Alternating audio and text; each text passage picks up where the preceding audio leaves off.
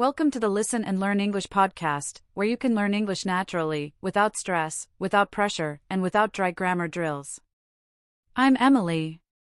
And I'm Liam. Thank you for tuning in today.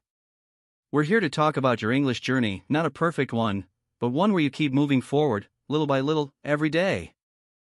If you've ever felt lost while learning English, overwhelmed by too many apps, methods, or videos, you're not alone. We've been there too.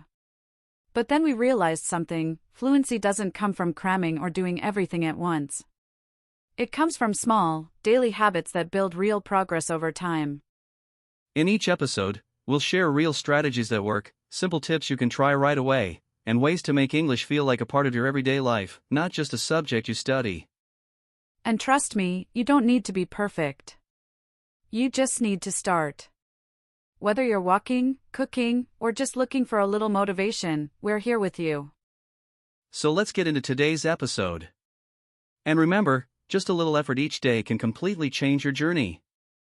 You know, Liam, I remember this one day I sat down with 5 English apps open, 2 YouTube videos running in the background, and a grammar book on my lap, and I still had no idea what I was doing. That sounds like every English learner's nightmare. It's like trying to drink from 5 fire hoses at once. Exactly. So many of us want to speak English fluently, but the way we go about it? It's pure chaos. That's because we're told that fluency means pressure, memorizing, cramming, copying native speakers. But it doesn't have to be that way. Right. Today, we're diving into 5 simple habits that can actually build your English naturally. No stress, no pressure, just progress. If you're someone who's ever said, "I want to get better at English, but I don't know where to start," this is for you. And we're not here to sell you some secret formula. These are habits, daily, doable things that real learners have used to make steady, lasting improvement. All right, first habit, reading in English every day. And before you sigh, no, we're not saying you have to finish Pride and Prejudice in a week. Let's be honest, most of us spend at least 30 minutes scrolling Instagram or YouTube shorts. What if we just swapped a fraction of that for reading something in English? Exactly. Start small. Pick up a short story, an online article, even a comic book. When I was learning Spanish, I started with children's books.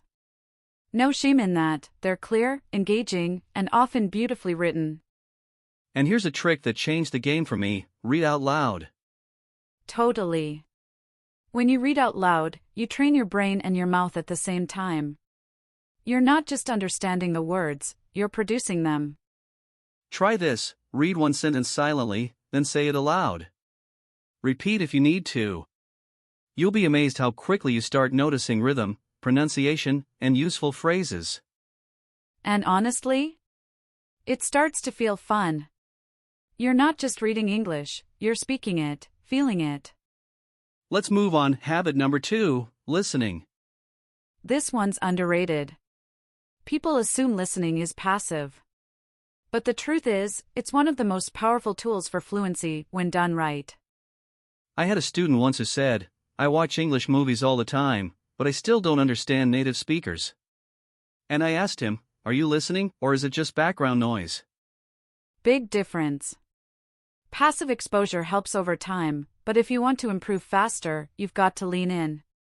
Find podcasts or YouTube channels where people talk naturally, not scripted, not slow.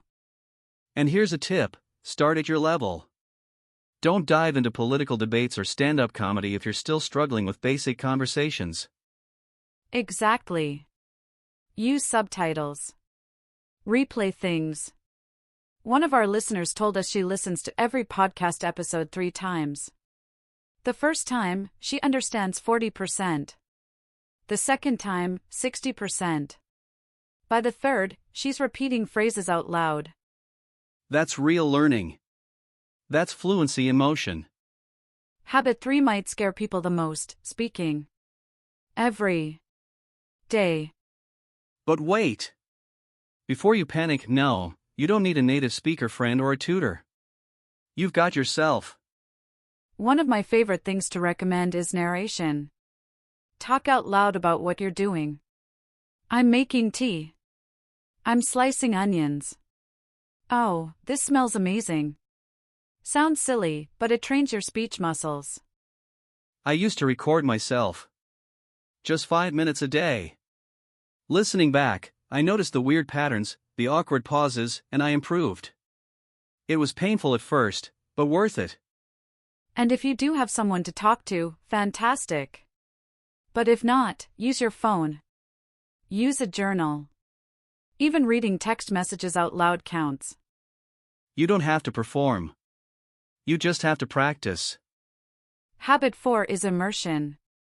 Think of it as turning your life into an English-friendly environment. Change your phone settings to English. Follow English-speaking creators on TikTok. Watch shows in English, even if you only understand half at first. And if you use subtitles, keep them in English. That way, your ears and eyes are learning at the same time. I remember getting hooked on an Australian crime drama. At first, I caught maybe 20% of what they were saying. But after 5 episodes, I could predict the slang, even the jokes. Exactly. Your brain is like, wait, I've heard that before. It starts connecting the dots on its own. This is the magic of immersion. You're not studying English. You're living it. Last habit, writing. Now I know some people get nervous here because they associate writing with essays or tests. But that's not what we mean. Just grab a notebook and write a few sentences about your day. Today was cold. I had noodles. I'm tired. That's enough. Then, build on that. What made today tiring? How did those noodles taste? You'll start using adjectives, time words, emotions, and before you know it, you're writing mini stories. A learner I worked with once showed me their old journal.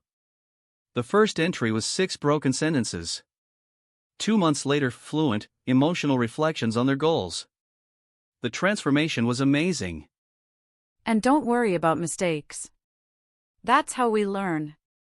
If you can't express something, look it up and use it. It sticks more when it's personal. So now you know the habits, but let's be honest, starting is easy. Keeping them going? That's the challenge. Totally. The trick is, don't force them into your day. Fit them into what you already do. Like, listen to a podcast during your commute. Speak while you cook. Read while waiting in line. Write before bed. You're not adding more to your plate. You're swapping habits, replacing mindless scrolling with mindful practice. Exactly. And it's okay to start with just one habit. Pick your favorite. Build confidence. Then add more. One of our listeners, Anna, started by reading just 2 paragraphs a day. 2 months later, she was reading novels and journaling in full English. And Tom, he hated writing, but loved movies. He started summarizing each film he watched in his own words. That turned into daily writing. Now he's blogging. Everyone's path looks different. But the key is consistency. Not perfection. Here's the big takeaway: fluency doesn't arrive in one big moment. It's built silently, slowly, day by day. Like watering a plant. You don't see change every day. But one day, you wake up, and it's blooming. So give yourself grace. Focus on progress, not perfection. Start today. Do something: read, listen, speak, write. Even if it's just for 5 minutes. Your future fluent self will thank you. Trust the process. Keep going. By the way, let's quickly go over a few words we used today that might be new for some listeners. Bother, to take time or effort. Like, don't bother cramming all the grammar rules in one night. Cramming, trying to learn too much too quickly. Spoiler, it doesn't work for long-term fluency. Immersion, surrounding yourself with the language until it becomes second nature. And thick accent, when someone's pronunciation strongly reflects their native language. It's totally okay to have an accent, just aim for clarity. If you found this helpful, we'd love to hear from you. Drop a comment with the habit you're going to start today. And if you've got your own tips, share them. We're all here to learn from each other. Thanks for listening to Listen and Learn English. Keep going. Keep practicing. And we'll be right here with you, every step of the way.